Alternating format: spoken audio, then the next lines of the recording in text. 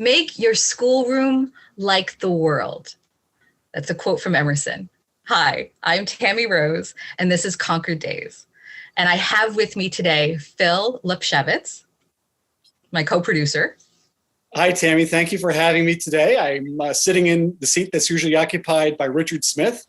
And I am so thrilled to be here because our guest today is the one and only Lee Wright. Lee is a real friend of the folks in history. He is also the proprietor of the HistoryList and several other history-oriented endeavors here in the New England area.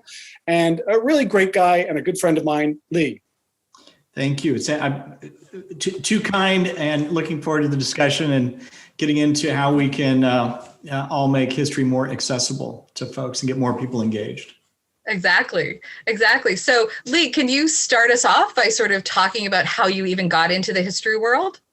Sure. So I, like every other kid, growing up, right, you were into D-Day, for example, or the Western movies or whatever. But it really wasn't until moving to New England about 16 years ago and buying an old house, house dates to 1780, and was curious about who owned the house. And so went down to the local historical society.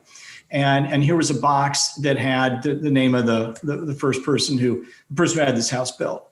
And then the next question was, maybe I should go to some of these meetings, and what's the website? Well, we really don't have a website, and so forth. And so I thought, well, I can help there, and I don't have any technical skills, but I have a little familiarity with the web, and so we built a website, and one thing led to another, and I realized that there were things that I took for granted as someone who's done a bunch of startups, involved in startup world and tech world, that really weren't being used in the way they could be in history. And so another one of those encounters led to the HistoryList, which is a platform for publishing information about history-related sites and events, which in a normal time is helpful because there are lots of things going on, especially in New England, but it's a platform that's national in scope. And what prompted me to do that was we lived near the Wayside Inn, and I was, I think the first year I was here, driving past, and here was a plywood sign that had been propped up near the road, which said, Fife and Drum Weekend, something or other, right? And I went, and it was a fabulous event. It's just spectacular. And I liked the fact that it was not packed with crowds, but at the same time, I knew that many more people would be there if they just knew about it. But, how many people are driving down that road and happen to see that sign, right? And so I started the HistoryList as a way for anyone, not just an institution, but anyone to be able to list events and sites and so forth. And then a couple of years later, went to an event at MIT. They were hosting it, not the sponsors, but providing the venue. And it's called Bar Camp Boston. And it's a format that's been used in the tech world for years, where as someone describes, it's kind of a casual conference. It's one that goes completely against the conventions of a normal conference, certainly a normal academic conference. And here's the way it works. A couple of people say, let's get together, let's create a forum where we can talk and share ideas and so forth. And then it is off to the races. It's a tremendously democratic approach. And at this event, there are some people that had posted on a wiki in advance. Here's what I'm going to talk about. Does anyone want to join me? At the event, there was a big grid, and there were times and rooms, and people would express interest in certain topics, and those topics that looked popular were the ones that got slotted in there. But there was no committee reviewing proposals. There were no proposals, right? There was no theme. It was a conference that was created by the people who showed up that day, and it was whatever they were interested in. And so, here's one fellow says, I'm going to talk about an open source approach to redistricting. that's fascinating. I never thought of that. And then I go into one session, and here's Stephen Wolfram, a famous physicist and the founder of Wolfram Alpha. Just another person, right, presenting. No speaker badges, no, special lounge for speakers and so forth. So that led me to create History Camp. So across those things, there was, working with the local historical society, and then the HistoryList, and then History Camp. And that kind of, those are the things then from which I went on and did some other things. Yeah, no, I absolutely love that. And speaking as a person who has an MBA and has been in the business world, like I applaud your resourcefulness of connecting the two. Because I've definitely seen a lot of the history world where it's stuck, or it's housed in academia, or people are focused on putting their museums or their historical house forward, and especially if they're not for profits, they don't have time to sort of look at a bigger picture, and they don't have the time, the resources, and if you're working on your PhD or you're trying to get published, like everybody has their own individual focus, but to use like a boot camp, like you said, to harness the power of all these people, it helps to actually build a community. And you've been doing that for several years. Yeah. Yeah. My sense was that there were people who were passionate about a topic, but they didn't have a classroom to present to. And so this is people like John Bell and Sam Foreman and Liz Covart, who were the folks I approached initially about doing something that became History Camp. And I talked to John first, and if people don't know John and his site, Boston 1775, and his book, The Road to Concord, they certainly about the cannons, right? Yeah. Yeah. And John said, let me think about it. And I saw him at a later event, and he's like, let's try it. And so we then connected with Sam and Liz, and like, well, let's post some things online and let's see what happens. And so in 2014, we had the first History Camp Boston. It took place in Cambridge, and it sold out. And the goal there was, let's see if we can, if this format works. My feeling was it should. There's no reason it shouldn't. And the fact that everyone, there was such a great response was certainly indicative to me that there's interest in this. And I did a survey afterwards, and if I hadn't done the survey myself, I would have doubted the numbers that came back. But when you ask things, people questions like, how do you like it? Would you recommend it to a friend of yours that liked history? How interested are you in maybe a second one? If we're able to do that, the numbers were just off the charts. And so I had approached this just as kind of kumbaya, right? It was, we just kind of threw money into a pot, did it to break even, and it was pretty successful. I was exhausted at the end of it. So when people said, "Should we do this again?" I said, I don't know. Let me get a couple good nights sleep. And we did go on. And so we had History Camp Boston. There was History Camp Iowa that was created by an individual who'd heard about History Camp Boston. And then he reached out and worked with the State Historical Society there and others. There's the Pioneer Valley History Camp, which is done by the Pioneer Valley History Network. And Cliff out there, who does a great job. And then there was History Camp Colorado, which is done outside of Denver. And here's exactly the kind of thing that I wanted to have happen. So I kind of had some connections that led the individual in Iowa and then Cliff in Western Massachusetts to kind of learn and hear about this. But here was an individual who heard about History Camp Boston on a podcast. It was Liz Covart's podcast. And she checked it out, and she said to her husband, you love music, I love history. Let's go to Boston for the weekend. We'll spend one day doing History Camp and another day at the Boston Symphony Orchestra. And so they did that. And that lady's name is Carrie Lund, and she went back and she created History Camp Colorado, and she did a fabulous job.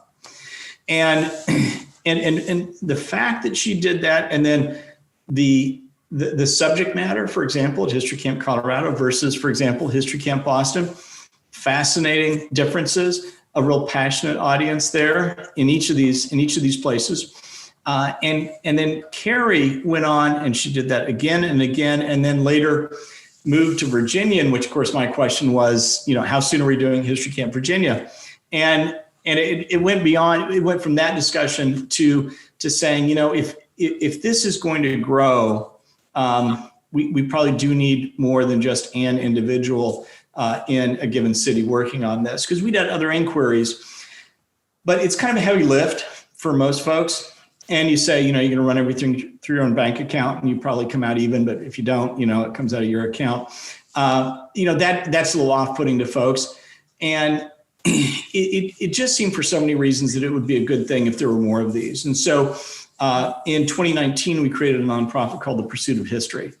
And we were all queued up. We were going to have a great History Camp Boston in 2020, in March of 2020. Perfect timing. Exactly. Unfortunately, it was not early March. It was mid-March. And of course, we had to cancel it. But our plan for last year was to do all of the ones that were regularly done and to add History Camp Philadelphia and to do History Camp Virginia. We'd done it originally in kind of the capital area. We were going to move it to Richmond. And it was also going to be kind of a push around fundraising. So we, in April, so that was in March when we canceled. In April, we started a Thursday night discussion series with noted authors and historians. And that has been very popular and grown. And then in August, we did something called America's Summer Road Trip, which was, there are lots of people doing a Zoom something or other, right? And they're great. Yeah. What we wanted to do was we wanted to address the fact that there's a lot of people who love history that would normally, right, load up the car and drive to historic sites for the summer, right? And visiting. And likewise, you've got these great historic sites that are where no one's visiting, right? Because of what's going on with COVID. And so the concept Beyond America's Summer Road Trip was to connect audiences to historic sites and to do that across a variety of sites, from well-known, such as Minuteman National Park, to less well-known sites such as Chaco Canyon and others. So we started at 9 a.m. in the morning and we went to 9 p.m. at night. Every hour we're at a different historic site, and we just had such a great response to that. And so, and it's still up, right? So there's still a website and you can go and there's video, and it's a great way to, as you said, explore sites that you know about, and then ones that you would have never come across, like you would on a road trip where you're like, hey, we're 10 miles away from this amazing birthplace, so let's go there. Yeah. Exactly. And I'm glad you mentioned that, because one of the things that we're trying to do is do a better job of making everything that we do available to anyone, anywhere. And so all of our Thursday night talks are available at historycamp.org, in addition to being live streamed on Thursday nights at 8 Eastern. And then, yes, the America's Summer Road Trip, all those videos are up at americasummerroadtrip.org. So, so that leads us up to this year, and we were optimistic that we were going to, again, we were going to have the chance to get folks together. Last March, we were going to have 550 people at History Camp Boston. It sold out. We had people who were flying in from California, flying in from New Mexico for a one-day event. God. Right? Yeah. And that's a real testament to the quality of the event and the passion that people have in the topic. We were going to have more than 50 different sessions throughout the day. So, we started looking at this year, and Carrie made the observation, it's not clear at all that we're going to be able to get a lot of people together in an enclosed, space. And one of the things people love about a history camp is meeting other people with the same passion, right? So the density, right, really matters. Yeah. Getting people together, right? It's that vibe.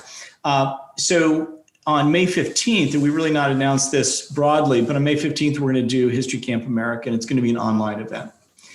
So, and that sounds very, very exciting. Well, we're going to include some of the things that we learned with America's Summer Road Trip, where we go to historic sites, and then we're also going to have a variety of talks. As with any of the history camps, we're going to cover a wide range of topics. There won't be a specific theme, and it should be great fun. But again, trying to figure out ways to make it easy for people to engage with history, because we know that people, so many people are interested in history, but sometimes it's just a little bit off-putting, maybe the way it's presented or the way people are invited or not into that conversation. Mm-hmm. Or if they know that they're invited, if they know that it's free or accessible, or, how do you get in the know if you aren't, say enrolled at a university or near a historic spot, or, if you're a big fan of, stuff happening in Concord, but you live on the other side of America, how do you know, how do you even get on the right lists? Exactly. Sorry. Yeah, Phil, I'm sorry, go ahead. I was going to say, interestingly, a lot of times you think of a house and like a little historic house or a big historic house. And, I think sometimes people are kind of like, so-so. But in one of the history camps, and I forget which one, because I've, had the pleasure of attending several of these, was the gentleman who was the site manager. I think it was for a house in Dedham. And, the talk he gave wasn't the usual so-and-so lived here, here's the furniture, here's this. It was on a lot of markings that were found on the house. And basically, I think it was more of a theory type of a talk, but again, it's connections for building the house to be witch-proof or spirit-proof. And again, not something that you would necessarily come across by reading the website or something else, but it was just something so interesting that, again, if these walls could talk. Exactly. And I think that was about the Fairbanks house. Yes. Which is one of the oldest structures in the country. Yes. And, Phil, you're exactly right. One of the things that's fascinating about that story, and this also came out in an interview with Marilyn Roach, who is one of the foremost authorities on that period and who's spoken at several history camps. We today kind of scoff at this idea of, who would ever believe in these things, right? And who would ever do these things like putting a shoe here, the markings here, and so forth to keep the witches away. Exactly, yeah. Right. Or if you find that kind of evidence, why would they do it? It's not that they're foolish or whatever, but if something looks very intentional and you just want to know the reason behind it. Exactly. And as it turns out, even the most learned of the day believed that these things called witches, these beings, existed. And so it puts it in a completely different light when you think about things that were not, certainly not kitsch as they are maybe today in some ways in Salem or whatever around Halloween or kind of that whole industry, but actually it's kind of deeply held beliefs about the way the world worked. And one of the things I think is fascinating about history is to think about the people at that time. So, for example, it's pretty much impossible to imagine what someone such as George Washington did, right? And the risk he took and all the sacrifices he made. It's much easier to imagine what it might have been like to be a shop owner, right? A farmer, the spouse of a farmer, a kid working as a printer's devil, right, in a print shop. Yeah. And so, for example, there's this great book called Voices of 1776, which is a diary entries and letters and so forth.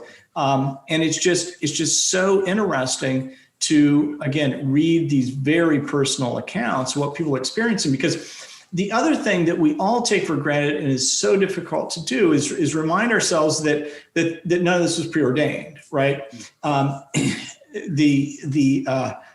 British were the most powerful fighting force on the planet. And to have this small rebellion, these folks who call themselves patriots, right, to go up against that. And even in the early days, right, it was expected this wouldn't last very long at all. So think about the choices that people were making in that context, right? Which side were you on? Did you take sides and so forth? It makes it so much more interesting. And today there's some that take great comfort in saying, oh, this is right, this is wrong, this is what you should do, this is what you shouldn't do. Just not clear at the time, right? How all this was going to work out. It's never clear for humans. And I feel like we lose the thread of the story that there are legends and there are people that get elevated into, otherworldly status because they managed to do great acts. Right. But as we're taught a lot of things in school of, George Washington was this amazing person, and, and like some of it's true. Some of it ends up being legend. Some of it ends up being just sort of blown out of proportion. And when you're in a room full of history nerds, or in a community of history nerds, you can sort of say, well, it didn't exactly happen like that. Or, this was the prevailing belief at the time. And I love your mention of like trying to take it down to the average person, because, like you mentioned, buying an old house. I have a house from, 1923, and I'm always looking, and I don't know if it can be called like forensic architecture, but like you're always looking for these little details, and you're like, oh, why did the carpenter cut it like this? Why was this weird thing in the corner designed that way? And the like a shoe in the wall or whatever the superstition was. Maybe it wasn't one of the strongest beliefs that people would talk about and go to religious meetings over, but maybe there's a superstition where you're like, nobody's going to see this if I hide this little thing here. And that's just a secret between me and the house. Sure, and then you discover it as you're, redoing the house or, investigating. So yeah. Well, so to go back to Washington for just another example, there's the crossing of the Delaware. It was extremely difficult at that time. It was Washington had failed many times. This was kind of a last ditch effort. There were actually planned 3 crossings. And Washington was the only one that made it across that night. Just in the matter of the crossing and waiting and so forth, 2 men froze to death. It's easy to imagine yourself as one of those men, right? Poorly shod, poorly clothed, and you there thinking that it's days before your enlistment or whatever is up, and you're going to go back to your farm, and here in these brutal conditions that night, trying to then tread on to Trenton, and to have this crucial turning point. Again, it's not in that case. It's not the heroic figure we see in the famous painting in the boat, but it's one of the hundreds of men that was there feeling like this is what he needed to do at that time, and probably thinking very fondly of getting home soon. And frankly, one of the reasons that I love a series like Drunk History, or people who try to approach it from a, comedic sense, is sort of like it takes a lot of that blown up ideals out of the picture and just sort of says, look, this is what his men were thinking. Like, it was cold and they were like, were they wanting to get on that boat? Were they, how were they feeling? And were they scoffing? Were they, like, what were the dynamics that we can, laugh about a little, but also like cry about, like freezing to death? Like, how, what a miserable situation to get yourself in, and not knowing, if you're on the side of Wright, not knowing if any of this is going to succeed. It's taking it back down to the average person participating in a great moment in history, whether they realize it or not. Exactly. Well, let's use another example of kind of how to engage people with history. And Phil, it comes from one of the great events that you did in one of your previous careers associated there with Minuteman National Park. And I went one time, photographed, did a video of pretty much the reenactment that took place. And at the end of it, one of the individuals dressed as a British officer on a horse came to the audience and basically challenged people and said, you talk about taxation without representation. Well, what taxes were in place then? And the back and forth was this great dynamic. And a lot of people got schooled that day. Well, I posted that to Facebook, and it was fascinating, the reaction. I think a lot of people learned some things in that video that they were different than what they thought they knew, or rather than what they believed previously. And some kind of took umbrage, almost as if this was a modern day British general, kind of yelling at the colonists or something. But a great example. I'm a huge believer in the value of people going to the sites, of seeing those sites come to life in the form of reenactors, historical interpreters, and so forth. I think it does so much to help people get them out of, as much as possible, get them out of their current day framework of thinking about things and imagine what it was like then. There was another in Western Massachusetts, there's a Shaker community, and the name escapes me, but Phil's going to remember, I'll bet. Or Tammy. Putting him on the spot. It depends on which one. There's the one in Hancock all the way in Western Mass, but then there's That's it. Hancock Shaker Village. Yep. And there was a young woman who was giving a tour, and she was talking about some of the things that the farmers did. And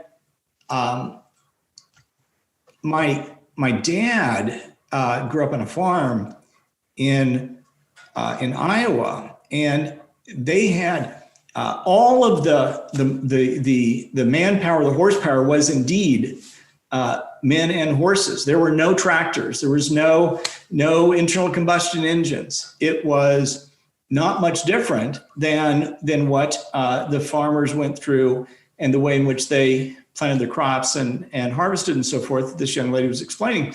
And at one point, I don't think she really intended this, but there was kind of that thought of, they really, those kind of silly farmers or whatever, they did thus and such. And well, what we forget is, those practices were the best known at the time. It's not unlike the horrible, bleeding of Washington, right, to try to cure him. We look in retrospect and we think, why would you have, pints of blood drained from you?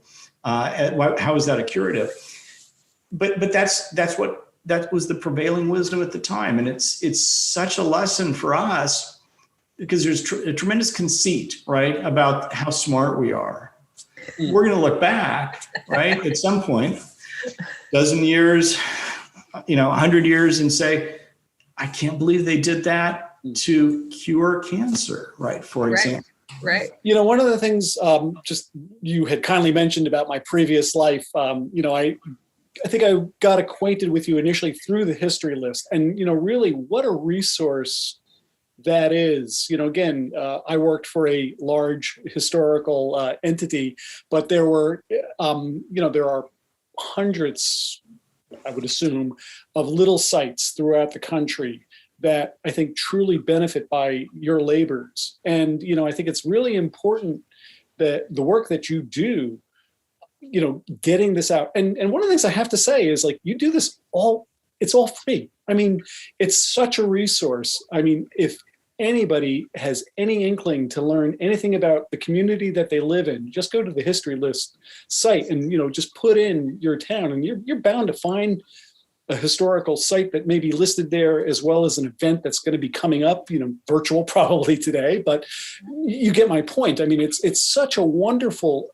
way for people to, do this. And, I think I'll speak for myself, but, I think a lot of people in the history field are kind of envious of you because you're doing you're in this world that I think a lot of people really want to be in, because it's, we have to pay bills and things. And, sometimes we have to do things, do jobs that may not be the thing we're passionate about. But what I have truly loved about, what you do, especially the history camp, is, again, all these people that come and present. I mean, there are writers, there are photographers, there are, amateur, historians, there are professional historians.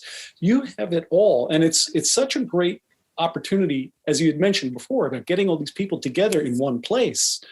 And, I think that part of it that goes with that is encouraging the next generation. So, my hat's off to you, because again, I say you're doing something I think that a lot of people really truly would like to do. And, the other thing to keep in mind is the service that you, I don't know if I call it service, but, what you provide. There's a lot of podcasts out there now, again, like you were just mentioning before, and of course, Liz Cohort and things, but, you're doing a lot of the groundwork for a lot of things that need to be done and that get done. And my hat's off to you. And I have to say, it's been a real pleasure knowing you and volunteering with you and working with you on some projects. And, I just had to say that, I'm a little busy because it's like a rock star for the historical world. Exactly. I really appreciate everything you've done, from coming to multiple history camps, videotaping those, streaming those, making those available in your previous career, making it easy for someone such as me to come in, photograph, video, and so on. And I think that there is there's a tremendous opportunity that people have. There's a type of history that is extremely popular and that so many people are engaged with, but that many maybe in the traditional history community don't think about, and that is genealogy. And you see all of these people contributing, right, to the various sites or find a grave or all these sorts of things, right, and all the effort that people go to learn more about kind of where they came from. And that we can provide a little more context for that, right? So it's their family, right? And there was immigration or whatever. What's the story of the community in which they settled, right? What's the story of the community in which they live today? Yeah. And there's so much overlap. Exactly. Exactly. So Phil, it's very kind of you to say, what I would encourage people to do is, if they do check out the history list and there are sites that they love and they're not listed there, they should just add them. So it's kind of like Wikipedia in that regard. Exactly. It's a way that if people say, this is something that more people should know about, right? I went, I enjoyed it. How do we get more people to know about it? Then just, add it. That would be great. Yeah. And can I sort of ask a little bit about how the sausage is made and how are you monetizing things? Sure. And sort of how do you keep afloat without like going crazy and get all of your needs met? And, how do you have you structured that? So a couple different things. One is, I have a full-time job. And so that helps, keep the lights on and so forth. When I started the history list, I was looking for ways to cover the costs of the software development and hosting and so forth. And I had some ideas. Those didn't pan out.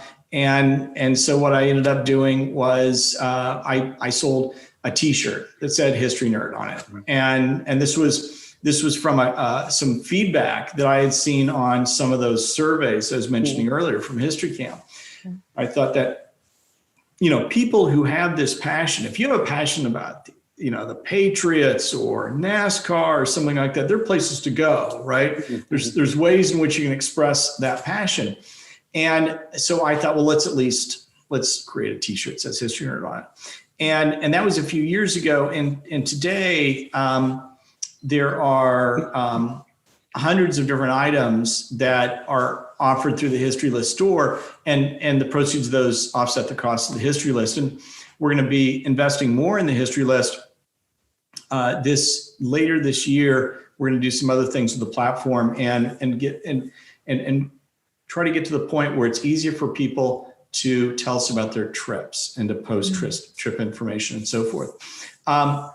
on the history camp side, it was really not sustainable to have just an individual, once a year, kind of for a few weeks, trying to pull off this event, and then hoping, if we want these to spread, that there's similar individuals in other communities, right? So there are a few, but an individual such as Carrie is quite the rarity, and so that led us to set up the Pursuit of History, and so we've gone out, members, love people to check out the pursuitofhistory.org. That's the organization that supports history camps. That's the organization behind America's Summer Road Trip, and they'll be behind History Camp. It's behind History Camp Online, History Camp America, coming up on May 15. There are a couple of things that we're going to do this year as part of that in order to try to get to a sustainable nonprofit organization. And one of those with History Camp America, we're going to do something that we've talked about. We talked about in the context of the road show, but we didn't get it done. It's going to be Road Trip. And so for this event on May 15th, there's going to be a box of stuff. So it's going to be a virtual event. There's going to be a box of stuff. And so when you register, there's a cost to registration, and you're going to get a box of history-related merchandise and literature and so forth as part of it. And so we think that'll be a fun part.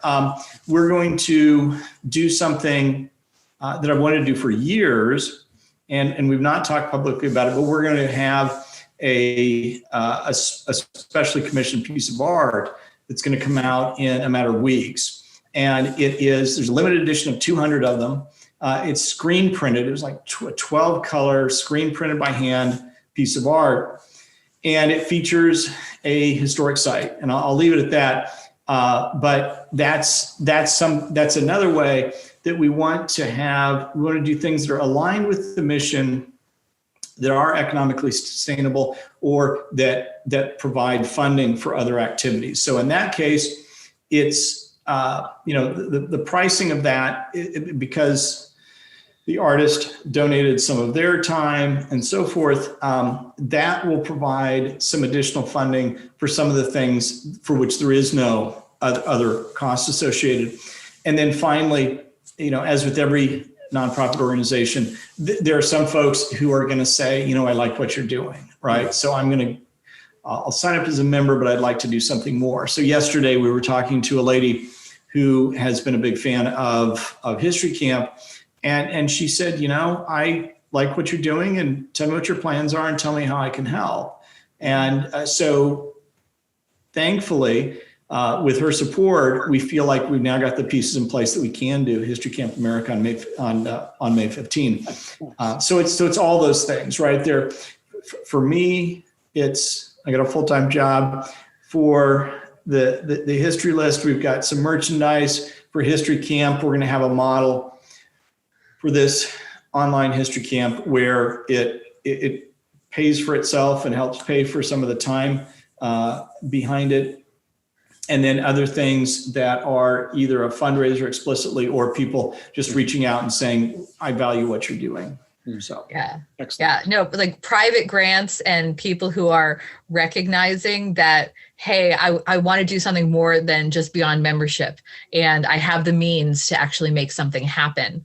I love seeing that, because I feel like a lot of the grant, the highly structured grant competitions have suddenly changed because of, the government's losing money, or, a lot of not-for-profits, they can't open, so they can't offer whatever, stipends or any programs that they would normally have for students or whatever. So I think that it's really admirable that you're being so creative to go to all the different things to make sure you don't have all your eggs in one basket. Well, thanks. One comment on traditional grants. The things that we're doing, pretty much everything is non-traditional, right? So the very idea that you could enable somebody, that you could create a literal forum where somebody could come up and speak without them having, submitted a paper and their credentials and had it reviewed by a committee. That is anathema to many individuals. And in fact, I won't mention the name, but there's a national organization that reached out at one point and said, we do these annual awards. And unlike the Academy Awards, they do several dozen. So there's not this fixed number, but they say, we heard about History Camp. And so I sent them hundreds of pages of information, and they came back. And then the little thing was, we don't see how you have a process that ensures good history. So never mind the fact that the events are sold out, that people travel across the country for these, and that more people are attending them every year. It was essentially a process question that comes from that traditional point of view. And who defines good history, and why are the gatekeepers so invested in the current structure that exists? Yeah, and so what we talk about at History Camp is we say, if you're in a session that's not living up to your expectations, then just quietly get up and go to another session, because there's multiple sessions in each time slot. So there's kind of a free market response there, rather than the gatekeeper up front. But the reason I mention that is that the traditional grant process is you basically go to, you submit a grant, and again, a traditional foundation or whatever is going to turn to professionals in the field. And again, to most of those individuals, we're going to look like something that, how could they possibly do that? Yeah. And because I feel like they also haven't been able to sort of quantify, or they haven't been interested in how a lot of, you get history nerds together in a room or on an online forum, and they very quickly will sort of say, where are your sources? Mm-hmm. How have you come up with this? And they're very self-regulating, and it's not about, getting out of your chair and leaving the room. Yeah, that's definitely one method of it. But, any person who has the courage to get up in front of a lot of people and make a claim, or, cite a discovery, if they've been in the community at all, they know that they have to have, all their ducks in a row. Sure. And, so I feel like your process is inherent, and the society that it's in is sort of it's built in a way to ensure that people are creating good documentation and history, and all on their own terms. Tammy, I think we're going to have Lee back for another conversation. I mean, because again, there's I think like a lot of these plannings for these chats, it's like, what are we going to talk about? It's like you're thinking about it, and it's like it just there's so much, and it just flows so simply. But my light just went out. So I don't know if that tells us anything, but I think thank you for the opportunity. This has been great fun. It really is. And Lee, it's great to see you. It's, again, I think one of the other things I think that helps, History Camp anyway, are the volunteers. So just Absolutely. A little shout out to all the folks who put the time in there. Again, including yourself. Thank you. You're so very kind. Yeah. So I'd like to say thank you. It's been great to see you again. I look forward to seeing you in the person, very soon. But of course, there's other ways to do it. So Lee, It's been a pleasure. Thanks, Tammy. Yes, absolutely. And I'm very much looking forward to what's happening on May 15th and beyond. That's great. Thank you. Cool.